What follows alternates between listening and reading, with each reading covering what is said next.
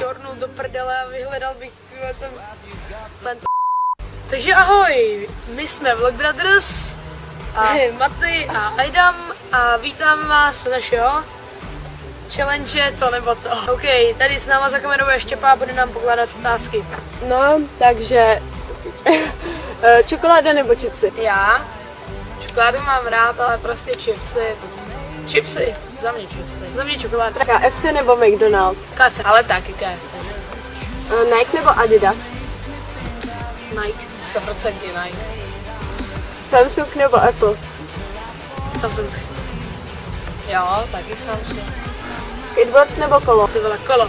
Kolo je lepší. Ale taky kolo. Holka nebo kluk? Jako kdybyste si měli vybrat pohlaví svoje. No tak, já bych byl hermafrodit. Měl bych ptáka, ale kozy. Ty vole, to už máš, ty vole. No ne, prostě. Víš se. Já bych zůstal klukem. Já jsi taky kluk. To je docela takový chill, můžeš být prasa, nikdy ty to nenosíš. Vykoupat se v lentilkách nebo se utopit v pudinku? Ty vole. Já se utopím v pudinku, bych se na lokal. Přes můžu vykoupat no ne, pak bych se šťornul do prdele a vyhledal bych lentilky. Jo, super, ty vole. No, tak dál. Jakože holka, s kterou byste měli chodit, jo? Sexy holka, která je naprosto blbá, nebo ošklivá holka s povahou přesně, kterou vy chcete? Chodil bych s tou hnusnou, která je chytrá, ale podváděl bych jí s tou hezkou, která je úplně blbá. No,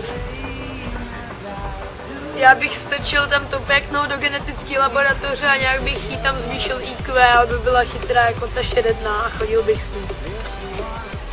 No. Dobře, to se týká konkrétně vás dvou, jo. Být navždy youtuber, který mluví prostě o ničem, nebo velice inteligentní youtuber, který nemá žádný subs.